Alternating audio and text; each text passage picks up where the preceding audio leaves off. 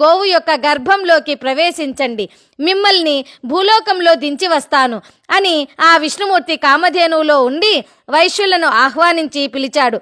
వెంటనే మహదానందం చెందినటువంటి ఆర్యవైశ్యులంతా గోవు యొక్క గర్భంలోకి ప్రవేశించారు. అలా భూలోకానికి ప్రయాణమైంది కామధేనువు. ఆ గోగర్భంలోకి ప్రవేశించిన కారణంగానే ఆర్యవైశ్యులకు గోమఠీయులు అనేటువంటి పేరు సార్థకమైంది. ఆ పేరు రాను రాను ఈ రోజున వాచాదోషం వలన గోమఠీయులు, గోమఠీయులు, గోమఠులు, గోమఠులు, కోమటులు, కోమటులు, కోమట్లు, కోమట్లు అనే పేరుగా మారిపోయింది.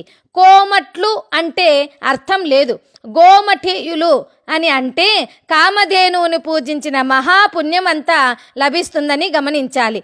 ఆ సమయంలో నారదుడు పరమేశ్వరుణ్ణి అడిగాడు, స్వామి